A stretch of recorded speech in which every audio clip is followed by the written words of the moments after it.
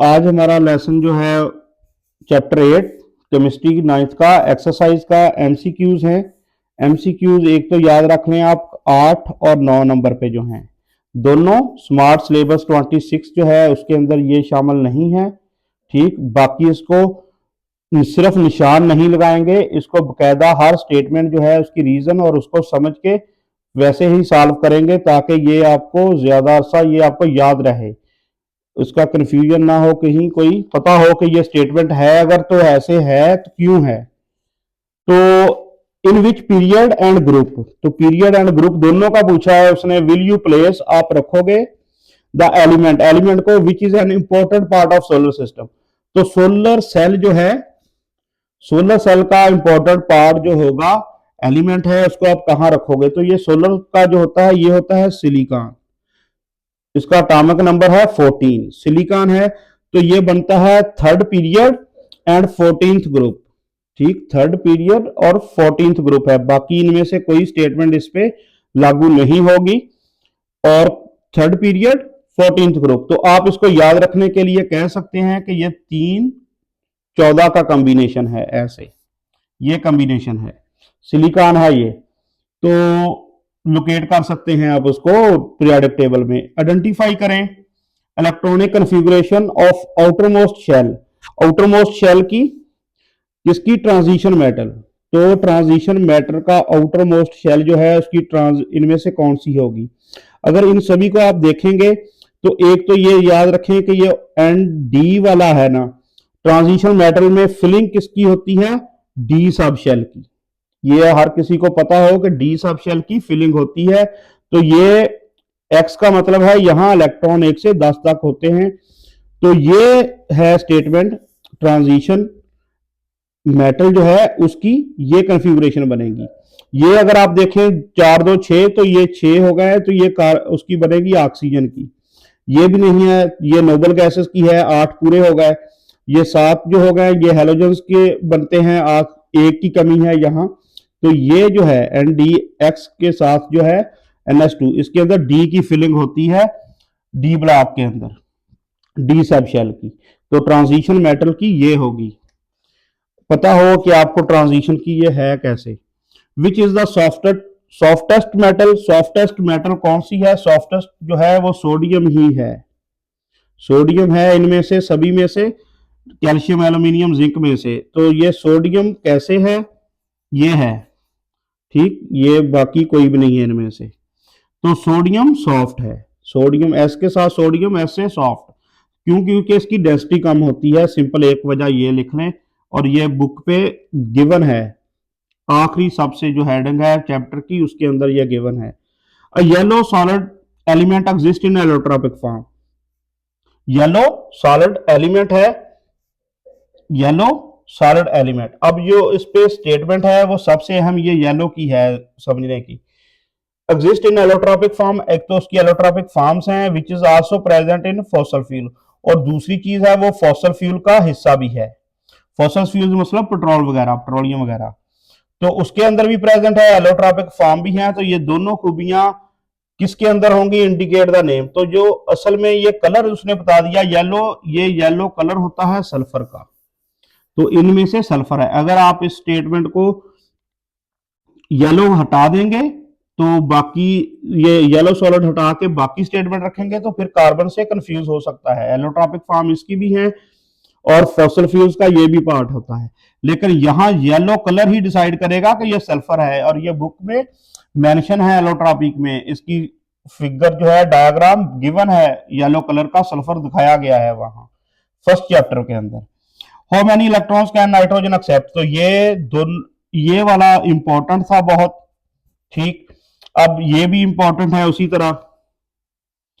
How many electrons can nitrogen accept in outermost shell, तो nitrogen जो है वो कितने इलेक्ट्रॉन, हाउ मेनी कितने इलेक्ट्रॉन एक्सेप्ट कर सकती है।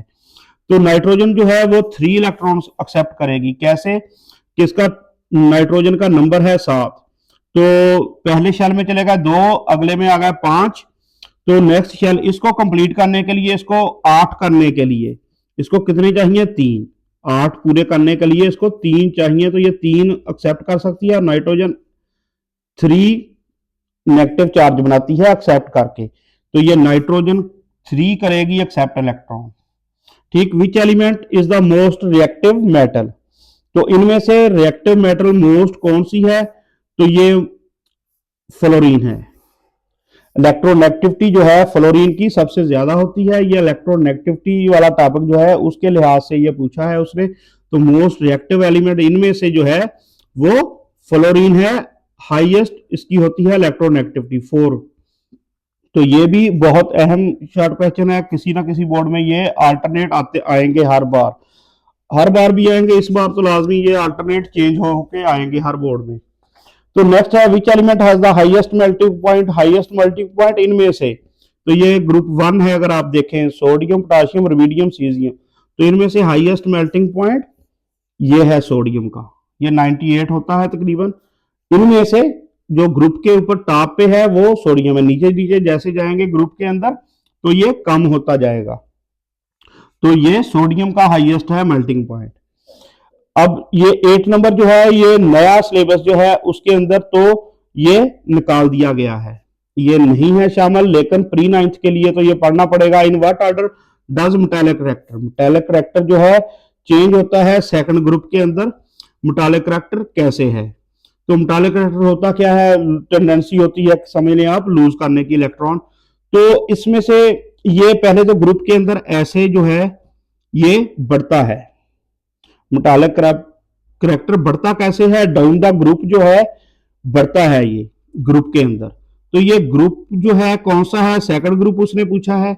अब इसके सीक्वेंस जो है ये वाला, ये बेरियम एंड पे आएगा, इन 4 में से बेरियम नीचे होता है, सबसे नीचे वाला जो होगा उसका करैक्टर मेटालिक जो है उसका ज्यादा होगा, तो ये साइन जो है इसका पता हो, जिसकी तरफ ओपन मुंह है इसका माउथ ओपन है वो ग्रेटर होता है, तो ये नीचे बेरियम का सबसे ज्यादा होगा मेटालिक करैक्टर, तो ये ऑप्शन जो है सीक्वेंस ये बनेगा सिर्फ एक, बेरियम फिर इससे ऊपर स्ट्रांशियम होता है, फिर उसके ऊपर कैल्शियम, फिर उसके ऊपर मैग्नीशियम, तो चौथे नंबर पे जो बेरियम आएगा इसमें इनमें से तो उसका ज्यादा होगा, तो ये रीजन आपको पता हो मेटालिक करैक्टर के लिहाज से ग्रुप में अगर आप देखें तो नीचे से ऊपर को जो सीक्वेंस तरतीब से होगा वो यही बनता है एक कॉम्बिनेशन, बाकी इनमें से कोई नहीं बनता।